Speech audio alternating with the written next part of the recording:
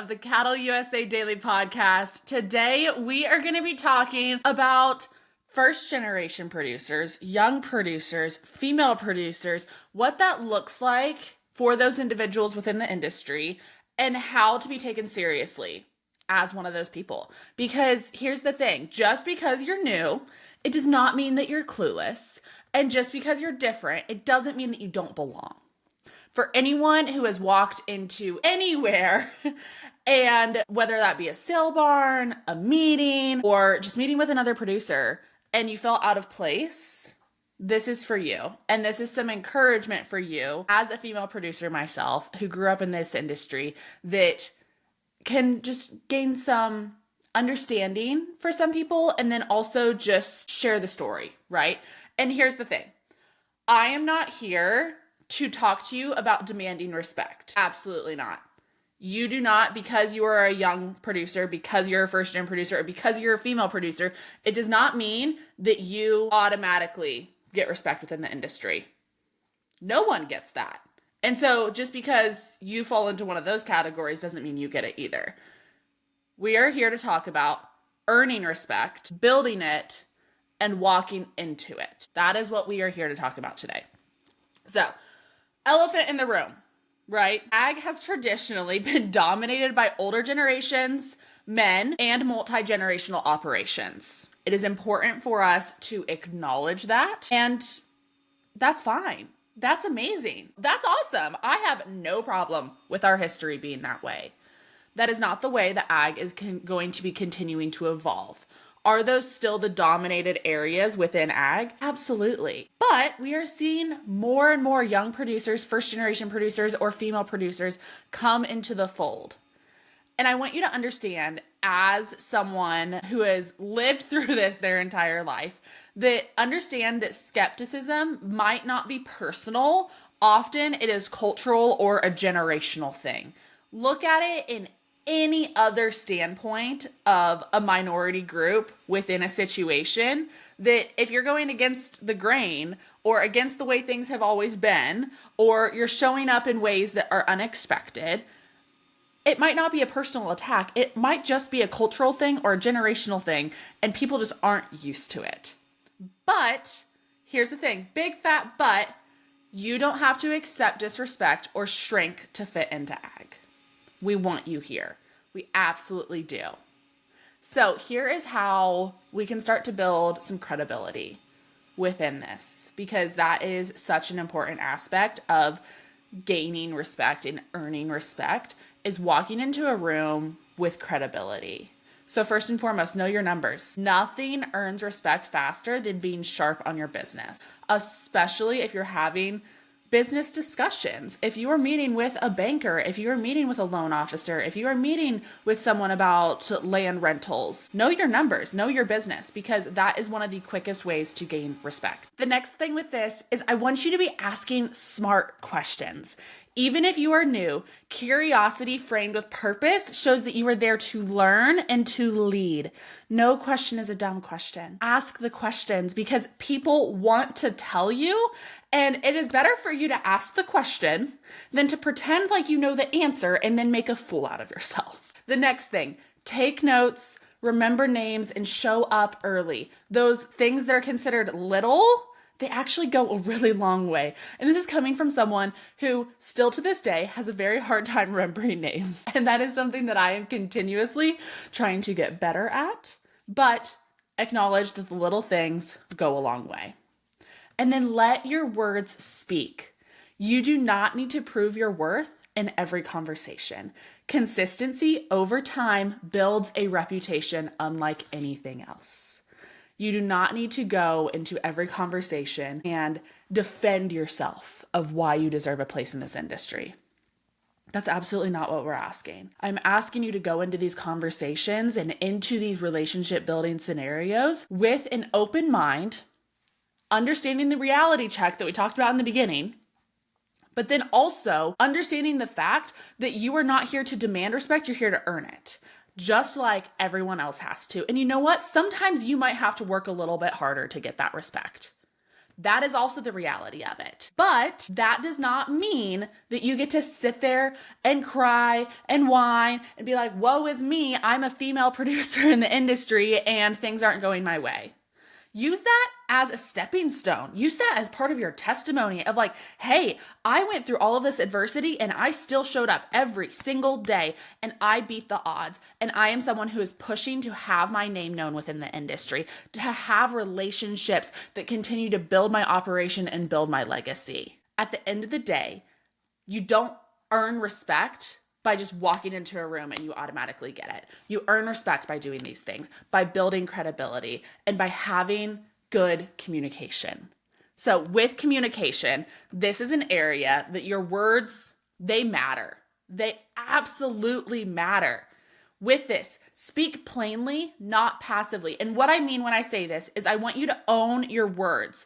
I do not want you to be saying, I'm just XYZ or sorry, but no apologizing for who you are, and no, I'm just. I know so many people that say, I'm just a rancher, I'm just a farmer. No, that's something to be really proud of. Own your words.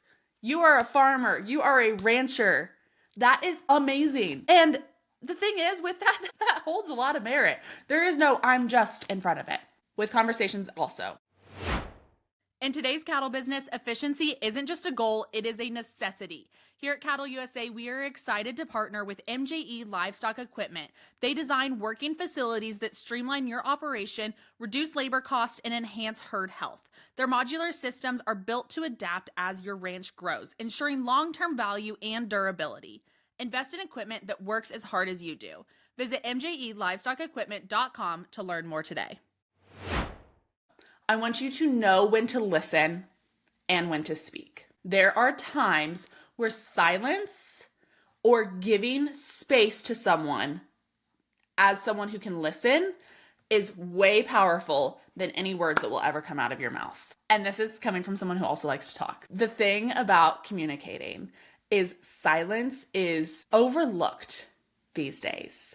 We don't know how to have a conversation and let there be a blip of silence between the person that was just talking ending and then you beginning to speak. We don't know how to do that anymore. It's uncomfortable in a world where everything is go, go, go, go, go. Learn how to listen. Learn how to listen well. Don't listen to people and just be the entire time be thinking, what's my response going to be? What's my response going to be? Or like they say something in the beginning and then you think like, oh, I'm going to respond to that part. And you're thinking about that the whole time. And then you don't listen to anything else that they just said. Know when to listen and know when to speak. And when you speak, speak plainly, not passively. Also, when you speak, don't over-explain. Confidence can be quiet and it can be short. You do not need to sit there and explain yourself for minutes and minutes and minutes. Sometimes a sentence is just as powerful as 10. And finally, I want you to be handling criticism like a pro.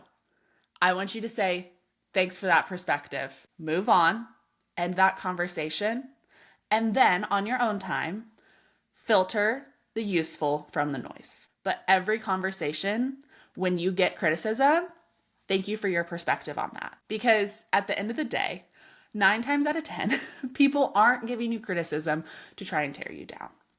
They're giving you criticism to try and build you up or try and make you better. And sometimes the delivery of that criticism is not always the best. That is the reality of the situation. So thank you for that perspective. Move on. And then when you are in your own time, you're going to filter the useful criticism from the noise. Okay. As we round out this podcast, I want to remind you guys that no matter where you are in your operational standards and your operational building, all of the things, you are not behind. You're building something new, and that is going to take time. So give yourself grace and permission to just be where you are. You are going to continue to build, but don't look at your life the entire time and think that you're behind, because all of a sudden you're going to get 20 years down the road and you are going to think to yourself, I wish I would have lived a little bit more in the moment when I had the chance. Next, legacy does not have to mean that land was passed down. It can be built from scratch. You are the start of your legacy. You are either the start of your legacy, you're the continuation of your legacy, or you're the change in the legacy. Which are you going to be? And here's the thing with that. You belong in every single room that God puts you in. If you are in a room and that imposter syndrome is coming through and you're like, what am I doing in this room? I do not belong here. This is uncomfortable. Good. God is putting you there to grow. He's putting you there to push you. And the reality of that situation is that if you were walking into every single room extremely comfortable, I would challenge you and say that you need to be walking into new rooms, because life was not meant to be comfortable, and growth and comfort are not in the same sentence. You belong in every single room that He has put you in. And there is power in being underestimated. So use it. Surprise the industry with excellence. Go out there and make something new. Make something so powerful and exhilarating and something that lights your soul on fire, and surprise the industry with excellence. Because the young producers out there, the first generation producers out there, the female producers out there, whatever you may be, there's a lot coming in this industry with all of those people. And I am so excited to see how the agricultural industry continues to evolve and how the beef industry continues to change and develop with all of these new individuals coming into it. I want to remind you guys that respect is earned through consistency, clarity, and having courage. And I also want to finally remind you our first point that we hit on when we walked in today, that respect cannot be demanded. It is earned. So walk into rooms, think about your communication, think about how you are showing up as an individual within the industry, and continue to push the industry forward, because you all absolutely can do it. So thank you guys so much for listening to another episode of the CattleUSA Daily Podcast. I hope you all enjoyed this one. A little bit of a shift in kind of what we typically talk about, but I really enjoyed sitting down and discussing all of this with you guys. As always, if you have a moment, please like, subscribe, rate, and review. We really, really do appreciate it here at the team. It continues to allow us to grow and bring on some amazing guest speakers for you guys to hear from different industries within the agricultural industry. So, as always, I hope you guys have a great Friday, and we will see you all on Monday on another episode of the CattleUSA Daily Podcast. Have a good one, y'all.